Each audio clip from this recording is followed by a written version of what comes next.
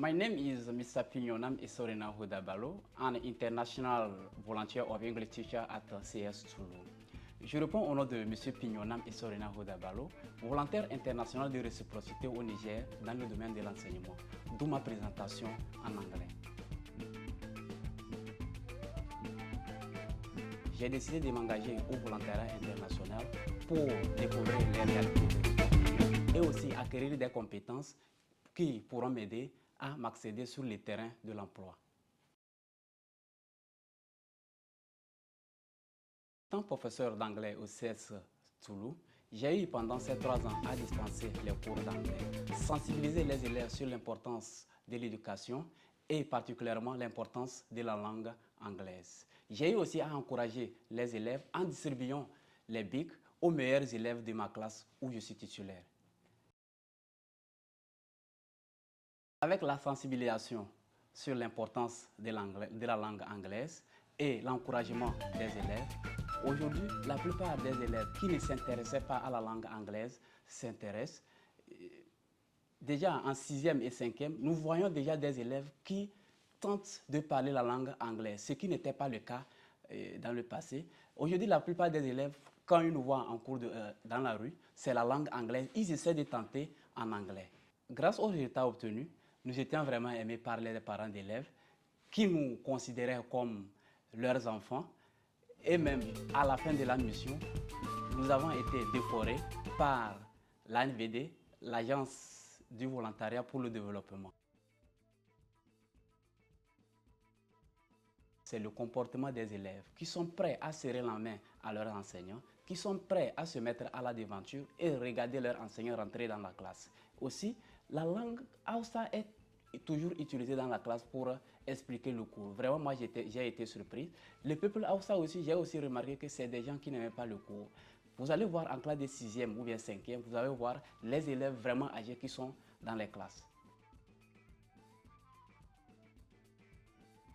Avec les collègues nigériens, vraiment, on vivait comme une famille. Les doyens étaient toujours là.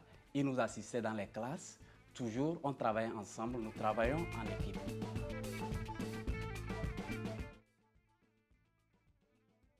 Le CS Toulouse est un village situé à plus de 600 km de la capitale.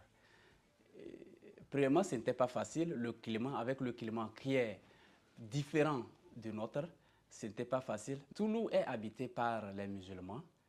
Alors, on vivait dans une culture qui était différente des nôtres. Alors, au début, ce n'était pas facile parce que,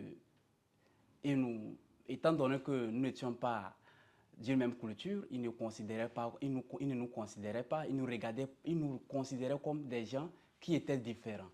Alors, au fur et à mesure du temps, qu'on a vécu avec eux, qu'on vivait avec eux, on essayait d'échanger, de vivre avec eux, ensemble, avec les discussions ou autres, ils ont compris que nous sommes tous les mêmes.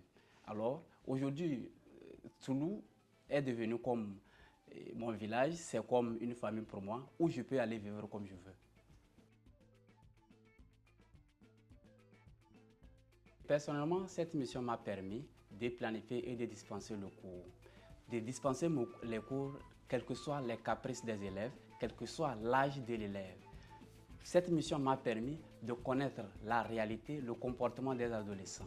Aujourd'hui, j'ai la capacité de dispenser mes cours librement n'importe où et aussi j'ai la capacité de vivre dans n'importe quel pays. Je remercie la structure d'accueil et je la recommande d'avoir les documents adaptés au système de l'éducation actuelle et aussi améliorer aussi le logement des volontaires. J'invite les jeunes Togolais à s'engager au volontariat, car s'engager au volontariat, c'est aussi développer ses compétences, acquérir de l'expérience et découvrir la réalité des autres pays. Le projet futur actuellement est de continuer avec le master et aussi d'avoir la chance de découvrir d'autres pays comme la France et les États-Unis.